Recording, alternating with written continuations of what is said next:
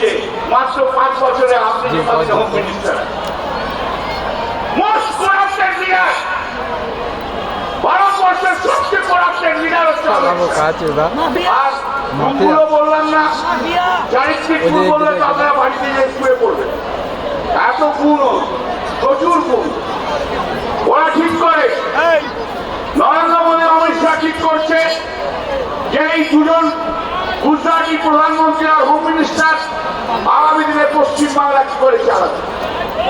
বাংলা অত সহজ নয়, বাঙালি কম হয়নি। এই বাঙালি পশ্চিম বাংলার বাঙালি পশ্চিম বাংলা চালিয়ে এসছে।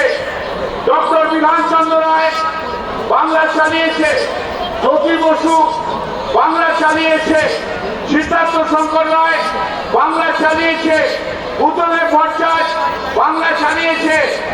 আর 15 বছর ধরে মমতা বন্দ্যোপাধ্যায় আগামী 10-15 বছর আরো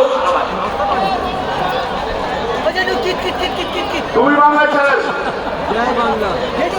পণ্ডিত যখন ডক্টর বিধানচন্দ্র রায় বাংলার মুখ্যমন্ত্রী ছিলেন তখন একদিন পণ্ডিত জওয়াহরলাল নেহরু তাকে বলেছিলেন তুমি দিল্লিতে এসো, তোমার সঙ্গে কথা বলবো।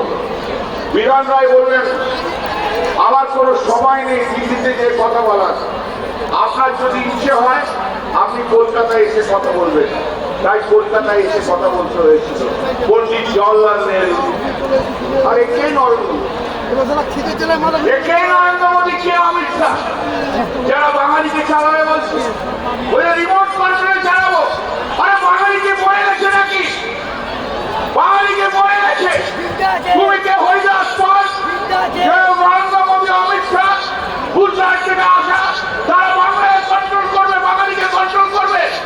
আর আমরা মেনে নেবো কথা, বাঙালি পশ্চিম বাংলার বাঙালি মেনে